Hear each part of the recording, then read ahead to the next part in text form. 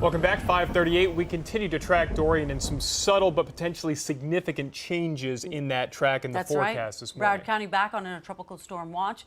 Luke Doris and Brandon Orr are standing by to break it all down for you. Yeah, we're at that point now, where even just a small change of 20, 30 miles makes a huge difference to the forecast. And that's why we're following this so close. That's why you should stay updated with this storm so closely. Latest advisory came in a little over a half hour ago. This is a 5 a.m. advisory.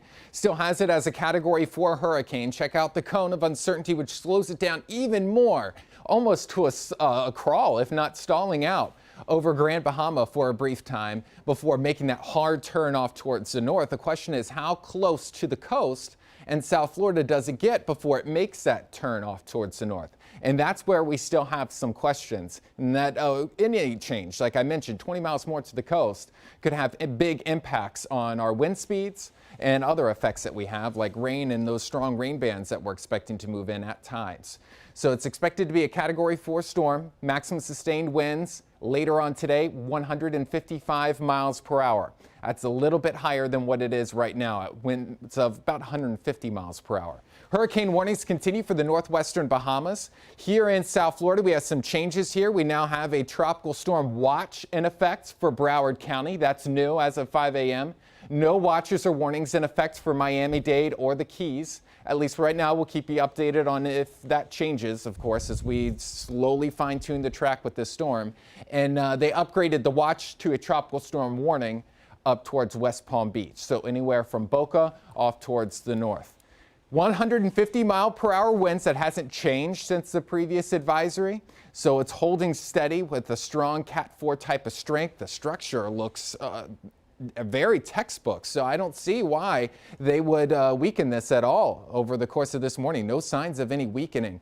Movement is west at 8 miles per hour. That also hasn't changed too much. Watching out for a potential landfall here around Marsh Harbor, where our Janice Fernandez is. She's in a safe spot. She's going to update us as conditions start to go downhill as early as this morning. Right now, in fact, they're seeing the wind speeds pick up. Hurricane hunters are over the Gulf now. They're headed towards this storm. This is their live position. We'll update you on what they find when they fly this plane through the eye a little bit later on today, or just within the next couple of hours, actually.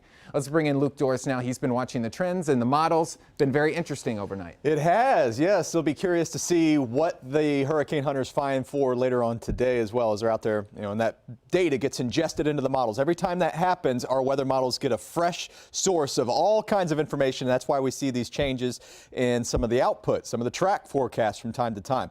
Okay, so maintaining its strength, no real reason why it wouldn't weaken or why it would weaken through the rest of the day. So let's take a look at the cone.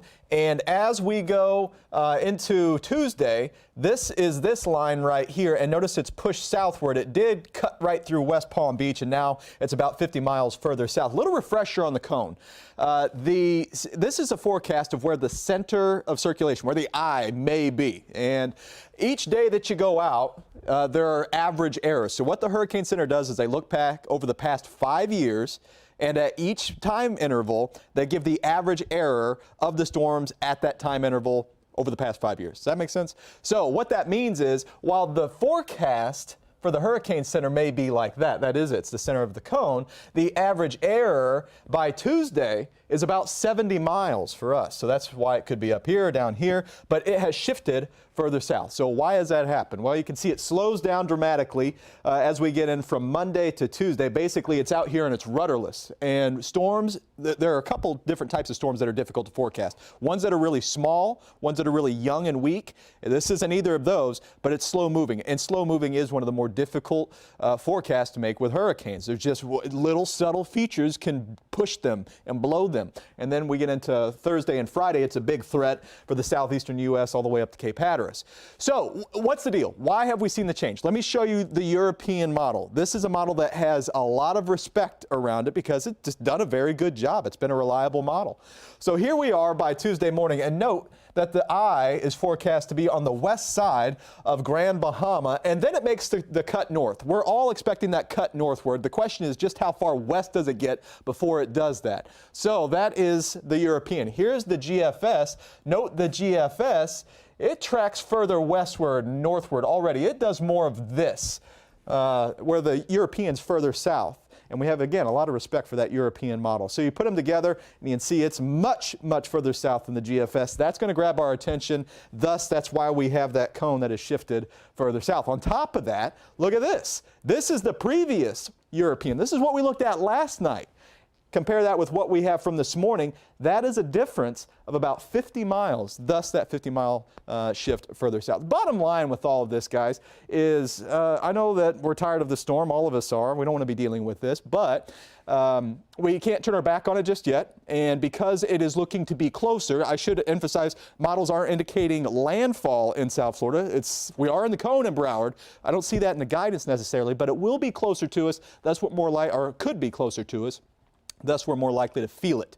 And talking about tropical storm force gusts at this point, thus the watch in Broward County, the warning in West Palm. So that's the bottom line, guys. Just got to keep our eye on it and stay vigilant.